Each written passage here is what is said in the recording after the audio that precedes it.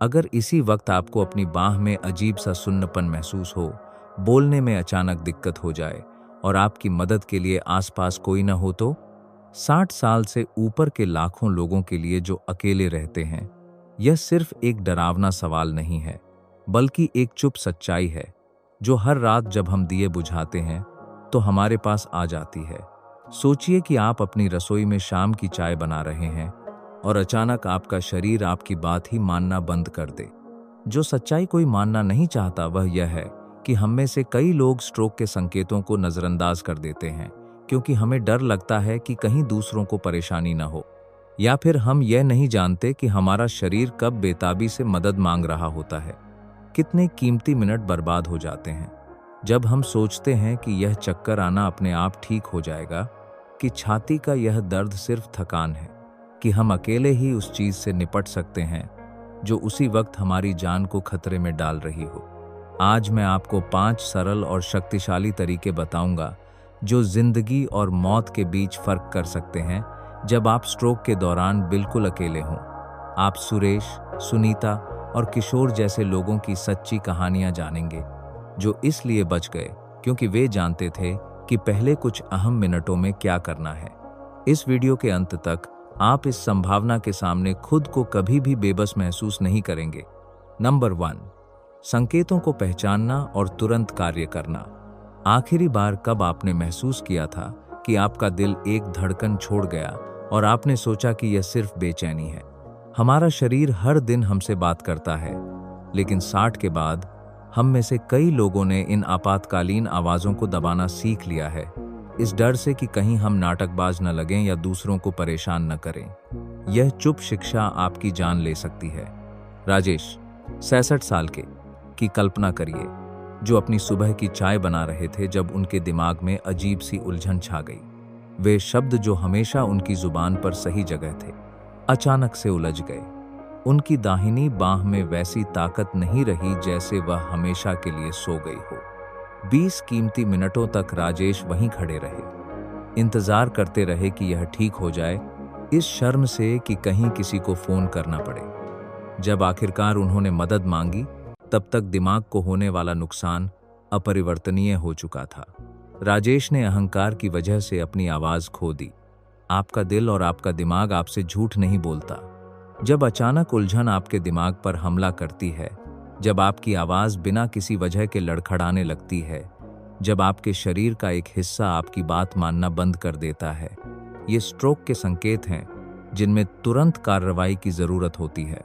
अगर आपको छाती में ऐसा दर्द महसूस हो जो मुट्ठी की तरह कसे, बिना किसी वजह के सांस फूलने लगे, बिना गर्मी के ठंडा पसीना माथे पर आ जाए, चक्कर आए जो आपकी दुनिया हिला दे, तो आपका दिल मदद के लिए चिल्ला रहा है। इलाज के बिना बीतने वाला हर सेकंड आपके दिमाग और दिल की लाखों कीमती कोशिकाओं को हमेशा के लिए मार देता है। दूसरों को परेशान करने की शर्म आपकी स्वतंत्रता खोने के बराबर नहीं है। आपातकालीन नंबरों को हमेशा दिखाई देने की जगह रखना पागलपन नहीं, समझदारी है। गले में मेडिकल अलर्ट डिवाइस कमजोरी का निशान नहीं, आपका मूक संरक्षक देवदूत है। अपने शरीर के संकेतों पर भरोसा करें, वे आपकी पहली और सबसे अच्छी सुरक्षा हैं। अपने शरीर की सुनना सीखना नाटक नहीं, बल्कि स्वयं की देखभाल का सबसे साहसी काम है जो आप कर सकते हैं। अगले महत्वपूर्ण पल में आप बिल्कुल सही तरीके से जानेंगे कि क्या करना है। नंबर 2, अकेले होने पर स्वयं सहायता की तकनीकें। अगर मैं आपसे कहूं कि आपके अंदर एक छुपी हुई शक्ति है जो आपातकाल में आपकी जान बचा सकती है, असंभव लगता है ना? लेकिन सुनीता, 78 साल की, ने पूरी तरह से डर के पल में इस शक्ति को खोजा। यह एक शांत दोपहर थी जब सुनीता को लगा जैसे कोई उनकी छाती पर बैठा हो। घर में अकेली, फोन कमरे के दूसरे छोर पर मीलों दूर लग रहा था। तब उन्हें कुछ याद आया जो उन्होंने सालों पहले सीखा था। उन्होंने जोर से खांसना शुरू किया, बार बार, जैसे कि छाती से कुछ बाहर निकालने की कोशिश कर रही हों। वह लयबद्ध और शक्तिशाली खांसी उनके दिल को धड़कते रहने में मदद कर रही थी। जब उसे सबसे ज्यादा जरूरत थी, तब दिमाग तक खून पहुंचा रही थी। एक खांसी से दूसरी खांसी के बीच सुनीता ने गहरी सांस ली, अपने फेफड़ों को जिंदगी से भर दिया उस घबराहट को शांत किया जो उन पर काबू पाना चाहती थी। जोर से खांसने की तकनीक। जब आप बिल्कुल अकेले हों तो आपकी मुक्ति हो सकती है। हर जोर की खांसी आपकी छाती को सिकोड़ती है और दिल को मजबूर करती है कि वह वहां खून भेजता रहे जहां सबसे ज्यादा जरूरत है। यह उस हृदय मालिश की तरह काम करता है जो आप खुद कर सकते हैं। खांसी के बीच में गहरी और धीमी सांस लें। नाक से सांस लें, जैसे कि आप अपने प्यारे मोगरे की खुशबू सूंघ रहे हों। कुछ सेकंड रोकें, फिर मुंह से हवा छोड़ें, जैसे कि दूर रखी मोमबत्ती बुझा रहे हों। यह सचेत सांस लेना न केवल आपके शरीर में ऑक्सीजन भरता है, बल्कि जब घबराहट आप पर काबू पाना चाहती है तो आपके मन को शांत करता है। जब आप उद्देश्य के साथ सांस लेते हैं तो आप अपने दिमाग से कह रहे होते हैं कि आप मालिक हैं, कि आप डर के आगे हार नहीं मानेंगे। सुनीता ने बिल्कुल यही किया और फोन तक पहुंचने, मदद के लिए कॉल करने और अपनी कहानी सुनाने के लिए जिंदा रहने में कामयाब रहीं। अभी इन तकनीकों का अभ्यास करें जब आप शांत और सुरक्षित हैं। आपके दिमाग को इन हरकतों को जानना जरूरी है ताकि बेताबी के पल में ये अपने आप हो जाएं। कोशिश न करने का खतरा कुछ सरल करने के खतरे से कहीं ज्यादा है, जो आपकी जान बचा सकता है। आप बेबस नहीं हैं। आप अपने अंदर शक्तिशाली औजार रखते हैं जो जिंदगी और मौत के बीच पूरा फर्क कर सकते हैं। नंबर 3, प्रारंभिक संकेतों को पहचानने का जीवन रक्षक महत्व। कितनी बार आपने शरीर में कुछ अजीब महसूस किया और सोचा, यह तो उम्र का मामला होगा? यह बात सुनने में मासूम लगती है, लेकिन यह कई जिंदगियों का मूक अंत बन गई है जो बचाई जा सकती थी। हमारे शरीर चिल्लाने से पहले फुसफुसाते हैं, लेकिन हमने इन कीमती फुसफुसाहटों को नजरअंदाज करना सीख लिया है। किशोर 72 साल के को मंगलवार की सुबह अपने तुलसी के पौधों में पानी देते वक्त छाती में हल्की सी कसावट महसूस हुई। यह कोई भयानक दर्द नहीं था, सिर्फ एक अजीब सी बेचैनी, जैसे कोई उनकी छाती को हल्के से दबा रहा हो।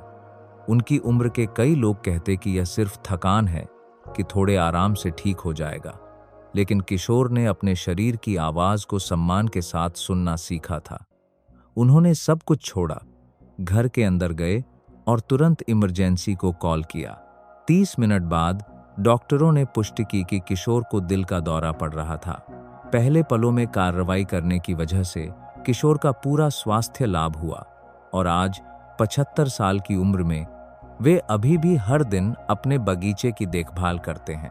प्रारंभिक संकेत आपके शरीर के तोहफे हैं। एक हल्का दर्द जो बिना किसी वजह के आता है, एक सूक्ष्म कमजोरी जिसका आप कारण नहीं बता सकते, एक अजीब सा जी मिचलाना जिसका खाने से कोई लेना देना नहीं, एक मानसिक उलझन जो कहीं से आ जाती है। ये आपके दिल और दिमाग की फुसफुसाहटें हैं जो तुरंत ध्यान मांग रही होती हैं।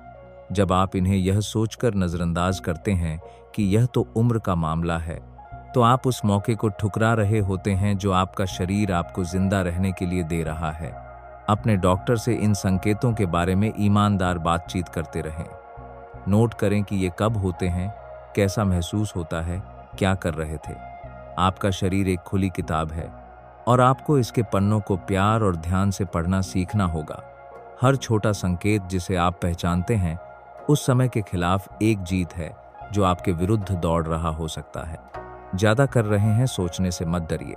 नाटकबाज लगने का डर उन लोगों को पहले ही मार चुका है जिन्होंने बहुत जल्दी मदद मांगने का साहस दिखाया था।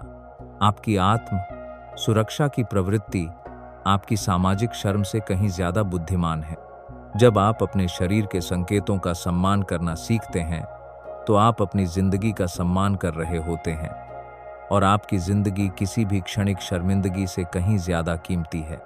नंबर 4, शरीर की सही स्थिति और सही सांस जिंदगी बचाते हैं। क्या आप जानते हैं कि आपातकाल में आप अपने शरीर को कैसी स्थिति में रखते हैं? यह जिंदगी और मौत के बीच फर्क कर सकता है। सच होने के लिए बहुत सरल लगता है, लेकिन आपका शरीर एक बुद्धिमान मशीन है जो आपकी चुनी गई स्थिति के अनुसार नाटकीय रूप से प्रतिक्रिया देती है।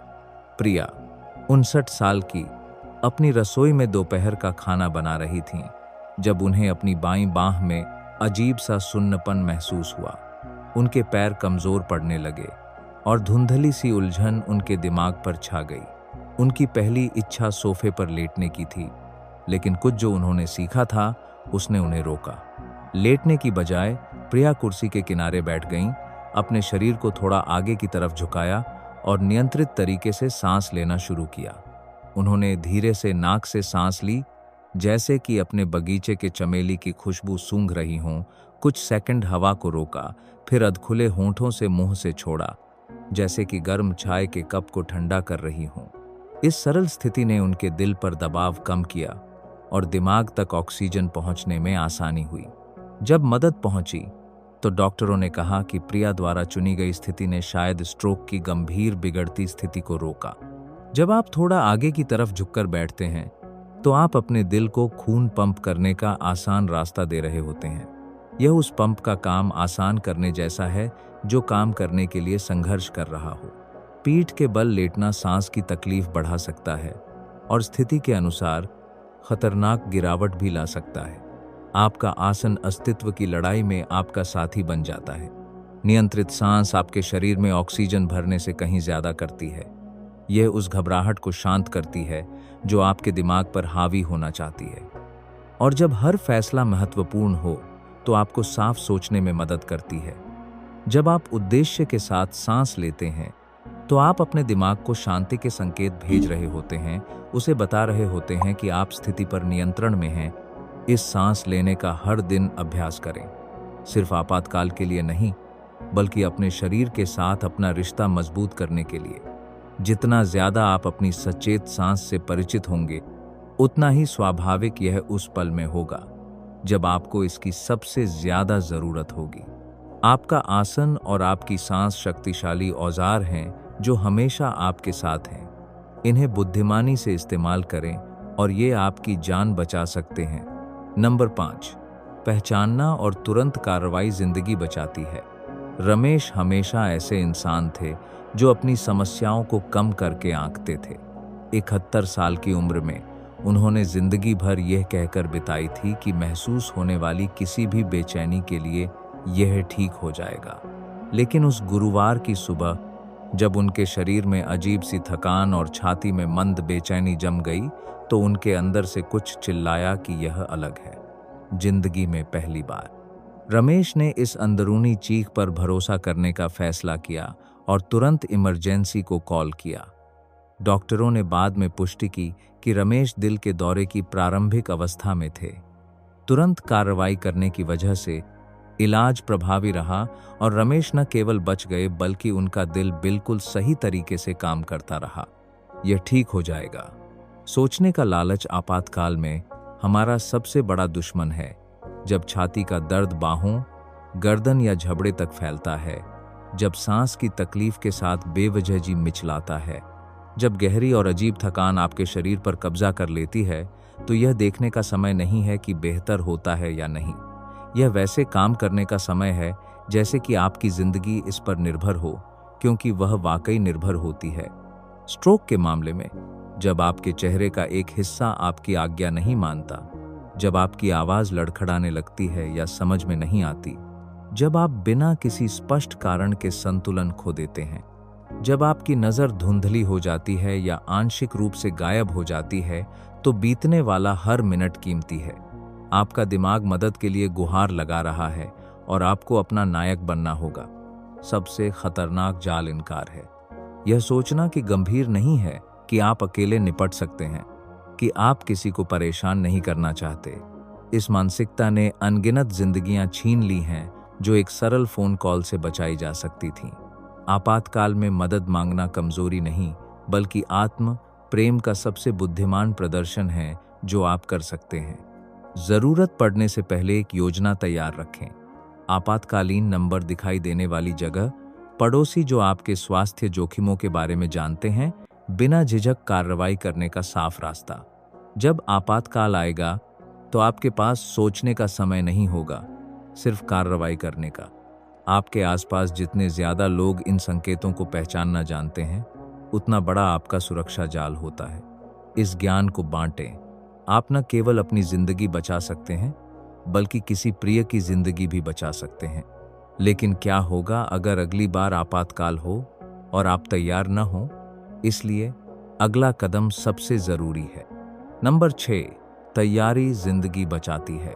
जिस सच्चाई का हमें मिलकर सामना करना है वह यह है, हम में से कोई भी अपने आप को दिल या दिमाग के आपातकाल में अकेला पा सकता है। इससे कोई फर्क नहीं पड़ता कि आज आप कितने स्वस्थ महसूस करते हैं, इससे कोई फर्क नहीं पड़ता कि आप कितने विटामिन लेते हैं या सुबह कितनी सैर करते हैं। स्ट्रोक और हार्ट अटैक इजाजत नहीं मांगते, पहले से सूचना नहीं देते और सिर्फ उन्हीं को नहीं चुनते जिन्हें पहले से स्वास्थ्य की समस्याएं हैं। लेकिन यहाँ वह सच्चाई है जो आपकी जिंदगी बदल सकती है। आपको इन आपातकालों का बेबस शिकार नहीं होना पड़ता। आज मैंने आपके साथ जो भी कहानी साझा की, जो भी तकनीक आपने सीखी, जो भी संकेत आप अब पहचानना जानते हैं, ये शक्तिशाली औजार हैं जो आपको एक संभावित शिकार से एक तैयार बचे हुए व्यक्ति में बदल देते हैं। अपने शरीर के संकेतों को जानना पागलपन नहीं, समझदारी है। तुरंत प्रतिक्रिया देना नाटक नहीं, बुद्धिमत्ता है। नियंत्रित खांसी और सचेत सांस जैसी सरल तकनीकों को लगाना जुगाड़ नहीं, बल्कि वैज्ञानिक रूप से सिद्ध जीवन रक्षक हैं। आपातकाल में शांत रहना कोई जन्मजात गुण नहीं है, यह कुछ ऐसा है जो आप सीख सकते हैं और तब तक अभ्यास कर सकते हैं जब तक यह अपने आप न हो जाए। जो ज्ञान आप अब रखते हैं वह अपनी जिंदगी की रक्षा करने और अपनी स्वतंत्रता बनाए रखने का सबसे शक्तिशाली औजार है। आप अब सिर्फ किस्मत या दूसरे लोगों की मौजूदगी पर निर्भर नहीं हैं आपातकाल में जिंदा रहने के लिए। आपके पास अपना पहला राहतकर्ता बनने की शक्ति है, लेकिन यह ज्ञान तब बढ़ता है जब इसे साझा किया जाता है। जब आप अपने परिवार, अपने दोस्तों, अपने पड़ोसियों को बताते हैं, तो आप एक सुरक्षा जाल बना रहे होते हैं जो आसपास की जिंदगियां बचा सकता है। एक ऐसे समुदाय की कल्पना करें जहां 60 साल से ऊपर के सभी लोग बिल्कुल सही तरीके से जानते हैं कि आपातकाल में क्या करना है। यह वह समुदाय है जो हम मिलकर बना सकते हैं। आपकी जिंदगी का अमूल्य मोल है, आपकी स्वतंत्रता कीमती है। आपातकाल में अपनी देखभाल करने की आपकी क्षमता एक तोहफा है जो आप खुद को और अपने प्रियजनों को दे सकते हैं। अपने अंदर की शक्ति को कम मत आंकिए जो आपने अभी हासिल की है। आज आपने अपने बारे में कुछ असाधारण खोजा है। आपने सीखा है कि आपको आपातकाल का बेबस शिकार नहीं होना पड़ता। आपके हाथों में सरल लेकिन शक्तिशाली औजार हैं जो जब आपको सबसे ज्यादा जरूरत हो तब आपकी जान बचा सकते हैं। अपने शरीर के संकेतों को पहचानना पागलपन नहीं, समझदारी है। नियंत्रित खांसी और सचेत सांस लगाना जुगाड़ नहीं, जीवन रक्षक है। अपने शरीर को सही तरीके से रखना और शांत रहना बारीकियां नहीं, बचने और त्रासदी के बीच का फर्क है। आपातकालीन नंबरों को दिखाई देने वाली जगह रखना और योजना तैयार रखना अतिशयोक्ति नहीं, आत्म प्रेम का सबसे बुद्धिमान प्रदर्शन है जो आप कर सकते हैं। आज आपने अपने भीतर कुछ असाधारण खोजा है, यह एहसास कि आप अब किसी आपातकाल के बेबस शिकार नहीं हैं, बल्कि अपने जीवन के संरक्षक हैं। आपकी सांस, आपका आसन, आपकी जागरूकता, ये सब अब आपके हाथ में है। इस ज्ञान को अकेले न रखें। कमेंट करके बताएं कि कौन सा हिस्सा आपके दिल को सबसे ज्यादा छू गया, और इस वीडियो को किसी प्रियजन के साथ साझा करें, क्योंकि शायद यही वो जानकारी हो जो उनकी जान बचा सकती है। अगले वीडियो में हम जानेंगे कि कैसे एक ऐसा सहारा तंत्र बनाएं जो इस सुरक्षा को और मजबूत करे। तब तक अपनी देखभाल उस सम्मान और प्यार से करें जिसके आप हकदार हैं।